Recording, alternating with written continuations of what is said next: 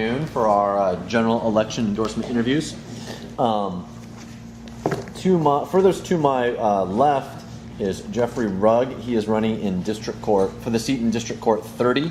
Currently, District Court 30 is a civil-only seat, and all probability, well, it may or may not remain that way depending upon the outcome of the election. In the middle is Ron Israel, who's the sitting judge in Department 28, and Ron has a purely civil docket as well. And then the chivalrous gentleman that I am, last but not least, is Susan Bush, who's all the way to my right. She is also running for the seat in District Court 28. These are, and again, same disclaimer, when I say civil, we're not talking about family law, really, or custodial matters, just breaches of contract, personal injury, things of that nature.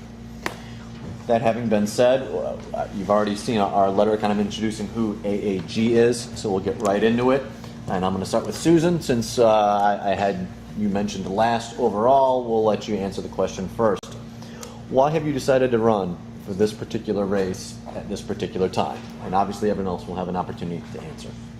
Sure, it'll be 6 years before you can run again, so I decided if I'm going to run, I need to run for a judge now. I've been in Las Vegas for 18 years, and I've seen the best and the worst that Nevada has to offer on the bench. And after looking at some of the ratings of the judges, I decided that Nevada deserves better. And so I looked at the judges, I looked at the ratings, and decided I believe I could do a better job, and I would be committed to the bench. I would be a long-term investment, and I'm willing to work for my community. Okay.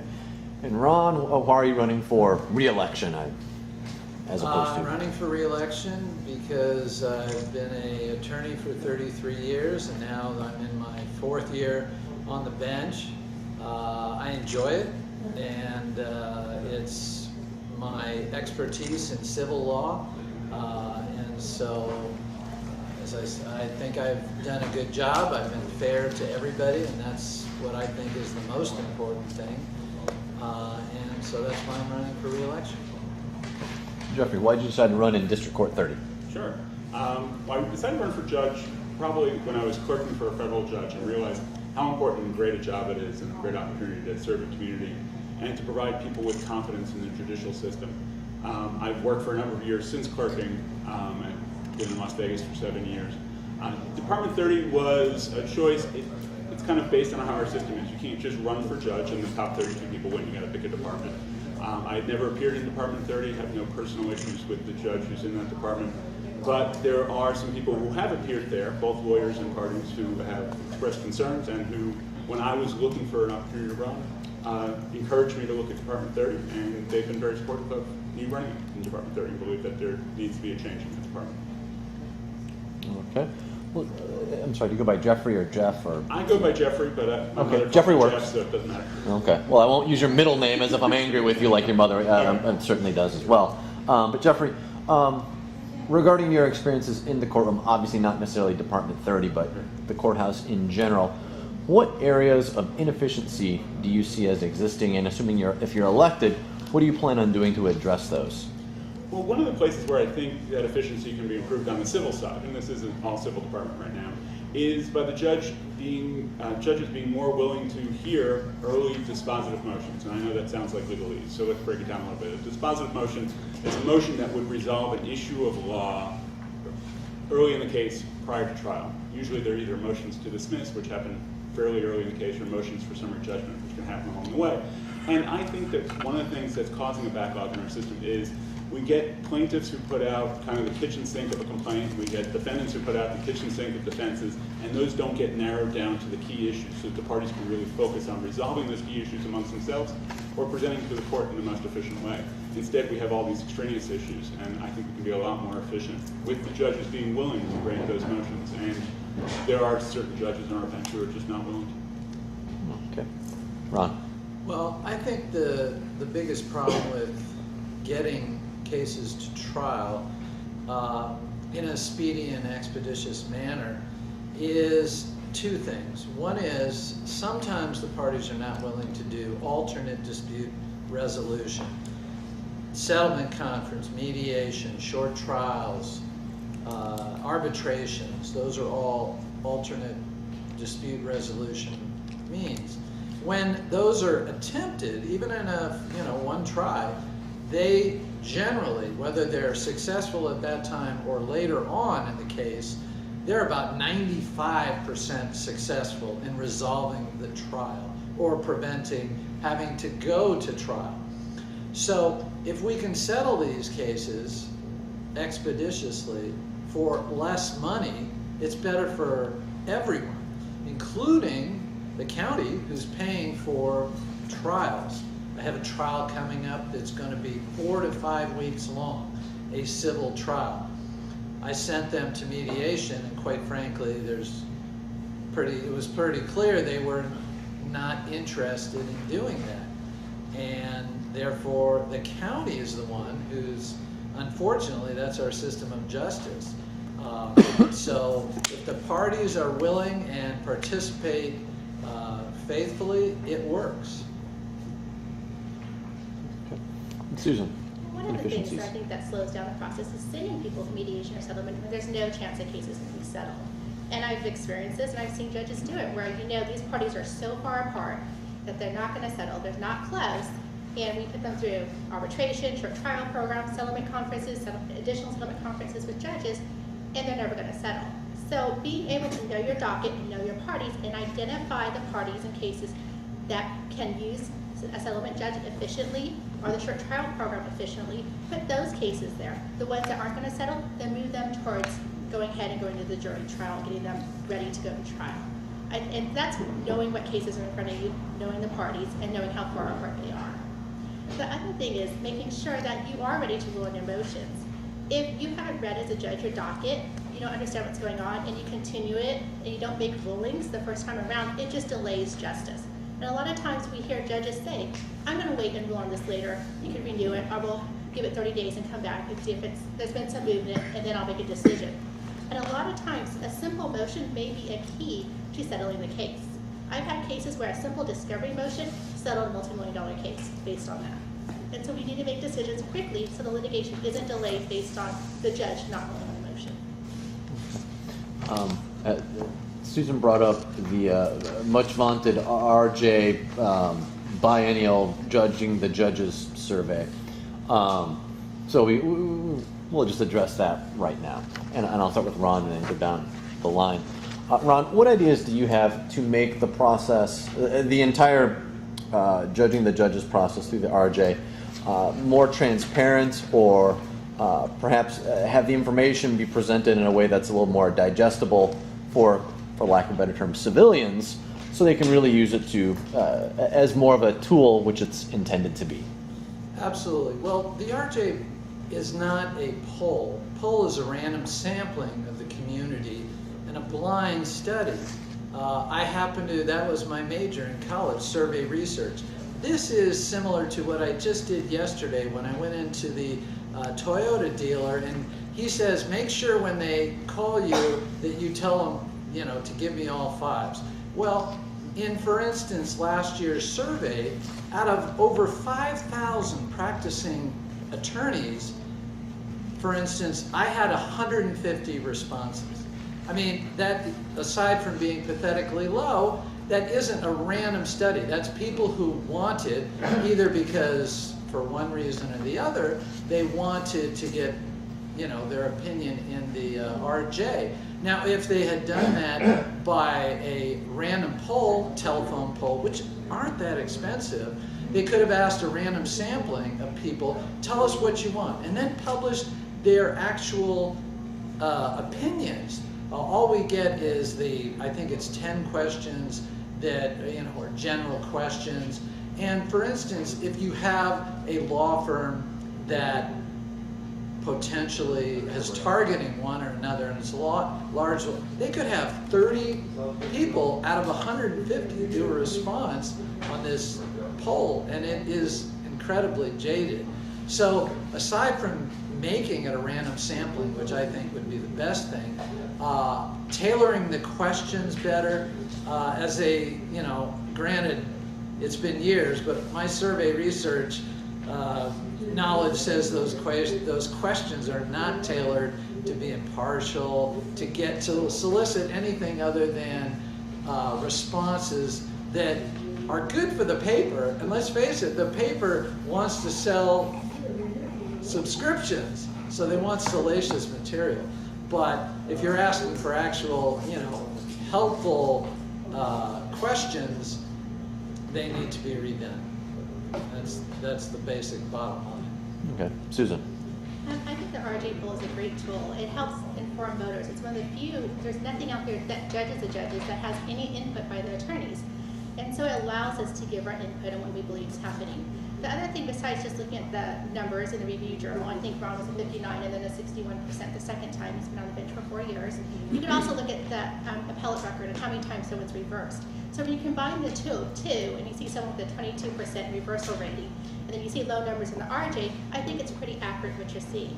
I looked at the numbers for all the judges and who's ranking high and who's ranking low, and for the majority of them, I do agree the RJ is accurate in what they're reflecting. Any ideas to make it more accurate or more reflective of a particular judge's biases or prejudices or countenance on the bench? Well, what you have to do, and the RJ needs to make it more accessible, is to actually look at what someone's being ranked low at and what the questions mean.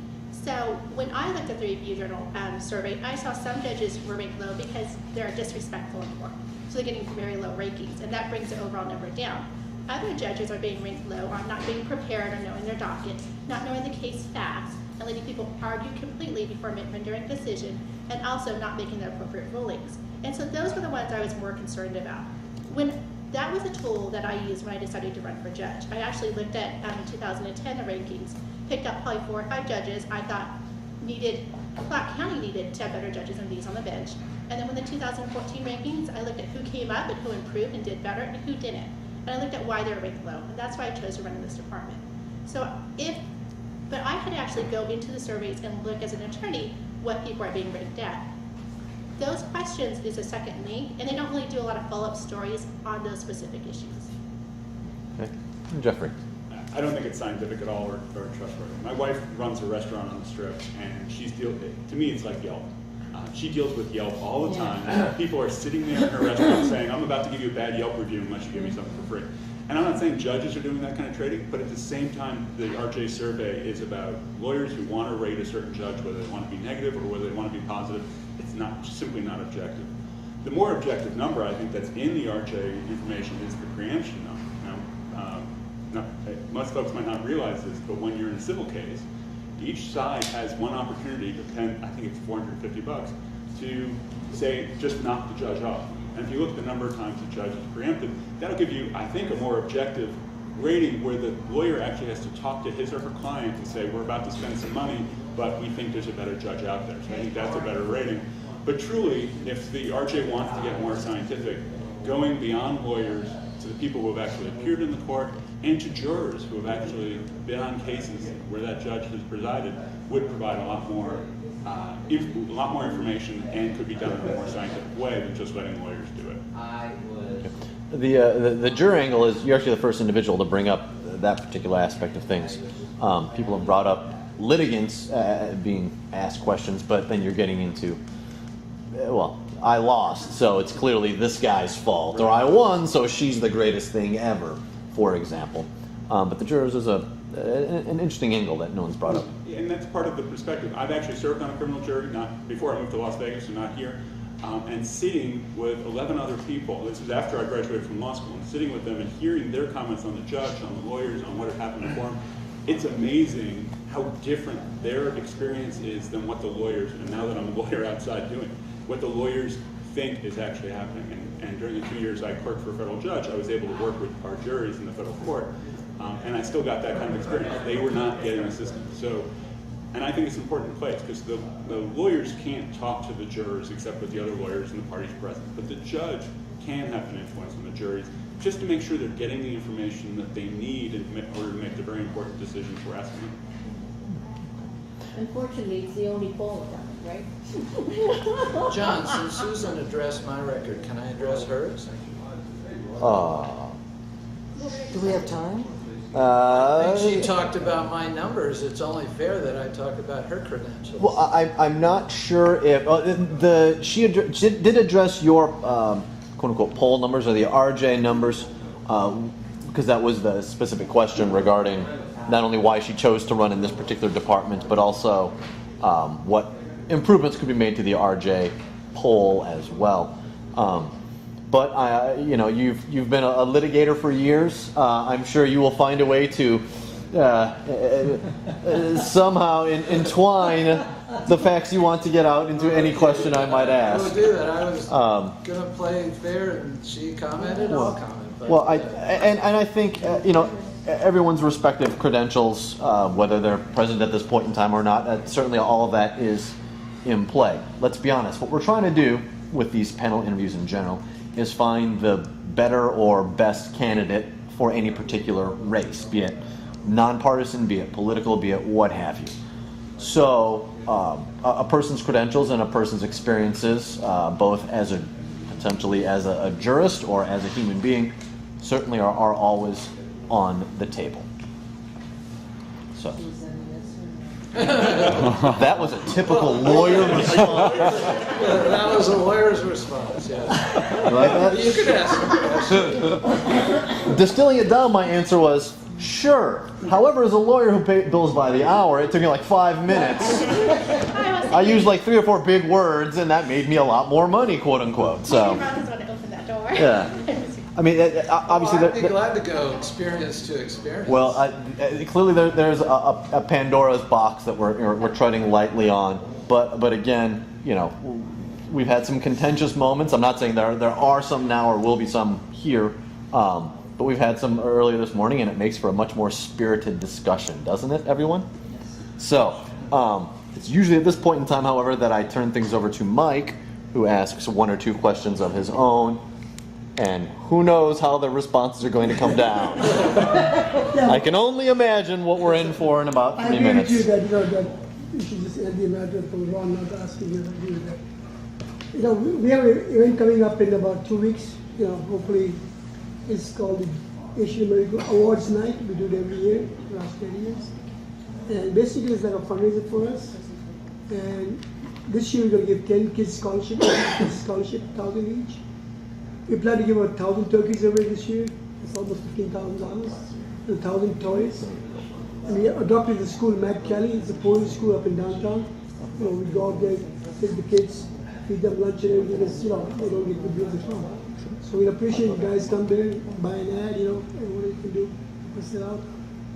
Also, the other thing, we do the judges' night out every 2 years, and some of the judges you don't see them at all, for 6, 7 years.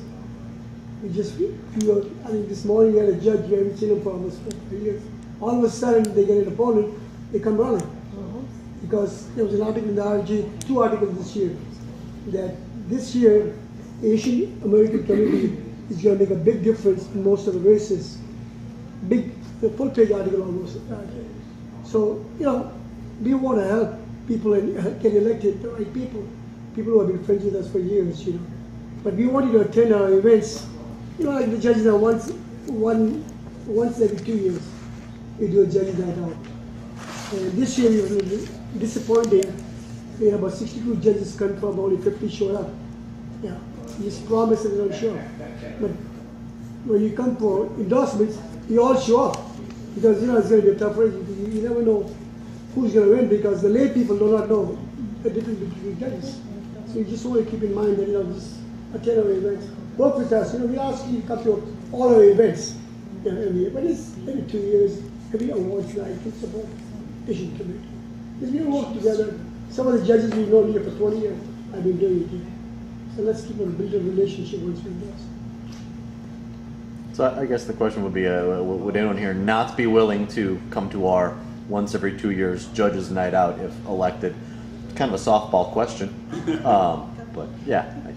Well, I am Asian American. I'm half Chinese. My dad came here when he was 9 years old from China and to LA and, spoke no English. My grandparents left everything, just the money they could carry and whatever they could take to come to the United States to start a new family and a new future for me, as part of the generation. And my grandmother worked at a factory, my grandfather was a butcher and worked their ways up. And so I would definitely come out because it's important for people to know that as a first generation born in the United States, with my father being Chinese coming as an immigrant, that you can go up from being leaving everything in China, for being dirt poor, to be able to raise a family and become an attorney or become a judge, and that it's just hard work. And so it's not what family you come from or how much money your family has, but everybody has that opportunity to improve yourself. And I think it's important that young people know that. In my firm, I do a lot of community work. I've been an attorney judge for Cashman Middle School, where I went in and volunteered my time for them for a year about kids that had problems and couldn't come to school. I've also worked as a CAP attorney with foster children who needed representation. And I do internships with either new attorneys, or I just had a high school girl whose dad's a construction worker. Her mom cleans house, who spent the semester in my office and was able to go to a lot of events and courts and hopefully inspire her to continue her education and go to college, and that she can also move up. Thank you. We're proud of you. Thank you. I've been a member of the Asian American group and going to their events now for almost 6 years. I was at the event that Mike was talking about. I also go to the Christmas party and either bring a present or bring money every year. And whenever he asks, whatever the event, if we get notice of it, I'm there. And John knows too that I haven't been one of those who you only see. I've only been on the bench, this is my 4th year, but you've seen me at most of the events. Although I'm not Asian, unlike my opponent who hasn't been to any of the prior events that I know of, because I've been there, and is now coming to the group, I have been a good supporter, and I appreciate the prior endorsement, and I consider a loyalty to the Asian American group for giving me that.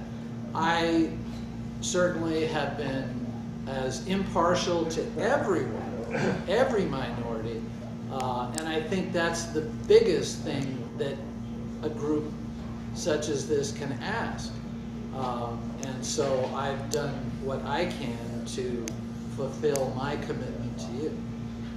And Jeffrey, obviously you're new to the political scene, so I am relatively new welcome. to political, so the simple answer is yes. Of course, Thank you. if I get invited, I will show up unless there's some reason I really can't.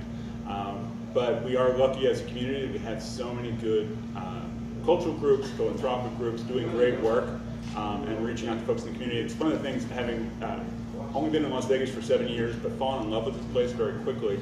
I think people don't get. I'm originally from New York, and I was one of those New Yorkers who would come out here for a long weekend, once or twice a year. People don't get that about Las Vegas. Once you're here and you realize how great the communities are and how many opportunities there are to participate in them and be a leader in them, it's part of why I'm running for judge.